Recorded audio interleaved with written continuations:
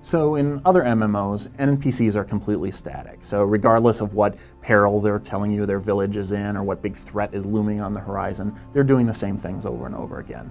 You're on a treadmill and you know that the same story is waiting for the next player who comes along. When you have events that are more complex than just a linear quest, usually they have huge scripts that control them. In EQ Next, you won't walk into an area and see a group of NPCs standing around with question marks over their heads.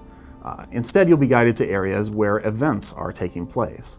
There'll be NPCs gathering, building, fighting, and you as a player can jump into the action and guide it forward, or push it in different directions to see what happens. And these events are happening all the time, all over Norath. You'll see that NPCs have their own lives, even when players aren't around, and they each act according to the roles assigned to them. So warriors behave differently from scouts or from priestesses. The scrying stone is a prop that my character can place in the world. When a priestess senses its presence, she uses it to scry, just like the one that had been placed in the level by an artist or designer. When my character equips a special axe, you can see the NPCs start to follow me because it's been imbued with that behavior. When I equip the staff of the Thex Queen, the NPCs bow before me because the staff radiates authority. Items can be given to NPCs as well. When the High Priestess is given the Thex Queen staff, other NPCs bow before her, just as they did to my character. So your gateway to content in EverQuest Next is your copy of the magical tome Rosong. It's a living bestiary, an atlas, a quest journal that guides you through the world to places where interesting events are happening. It's a living record of your travels in EverQuest Next. So as you play, Rosong remembers your journeys, the choices you make along the way. It guides you, it serves as your constant companion through these journeys. Really, story is the backbone of everything that we're doing in EverQuest Next. So we take this world that's full of these races, these kingdoms, these organizations, and weave stories around them. We use lore as the backbone that drives these stories forward.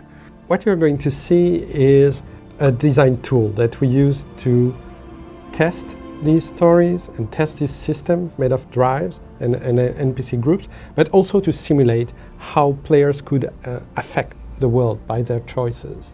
So it's a very high-level AI demo that is just used internally. You will never see this in the game, and you have to understand that it runs at a much faster pace than what you will actually experience as a player. Yeah, because these events will play out over days, weeks, perhaps even longer, so we want to be able to test it by compressing time. In this first scenario, a band of kobolds is moving into the Serpent Spine Mountains. The red color indicates that the kobolds have influence over an area. Players exploring this region will be fighting kobolds or escaping ambushes. The kobolds seek to control wealth by plundering the area's riches. As we run the simulation, we see that kobolds autonomously change the world around them, building outposts and acquiring wealth. In the second scenario, the Dark Elves need help building a mountain stronghold. NPC groups will seek out players to assist them in effecting change in the world. Their first goal is to take control of nearby resources, such as wealth and raw materials. When this goal is achieved, the Dark Elves ask for help getting rid of the kobolds. This shows how the drives of NPC groups evolve over time, which opens up new missions and objectives for players.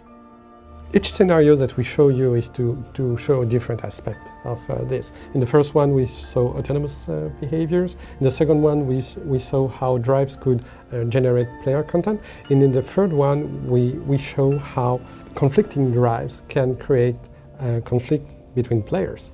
In the third scenario, the Dark Elves are after the nature essence of dryads in nearby Kithakor Forest. Players choose a side in this conflict, gaining favor with either the Dryads or the Dark Elves, which opens up additional content options. Rosong remembers the actions you've taken and organizations you've chosen to help. The book will suggest places for you to go that match your faction standing or playstyle. If players sided with the Dark Elves, evil spirits awaken and begin to ravage the land. In EQ Next, your choices have consequences. Player actions can trigger rallying calls, which are gigantic, world-changing events. The Bloody Kithakor rallying call brings players together from across the server and will leave Kithakor permanently changed. Players on other servers might have made different choices and could see dramatically different consequences. Norath is a world that's brimming with stories, so there's things going on all over the place.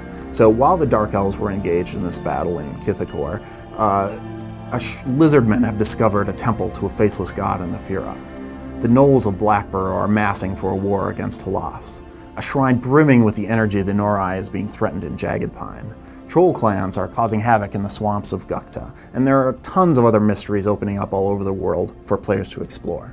And we've only shown you 5 types of resources, dramatic resources, that the NPC groups can care about. But there are many more. And just imagine, we talked a little bit about religion, and there is a resource associated with this. And there are many more, with many more stories that we can tell.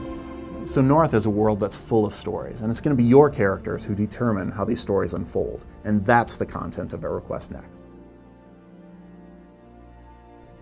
Thanks a lot for watching. For our full presentation with even more detail on the content of EverQuest Next, click here.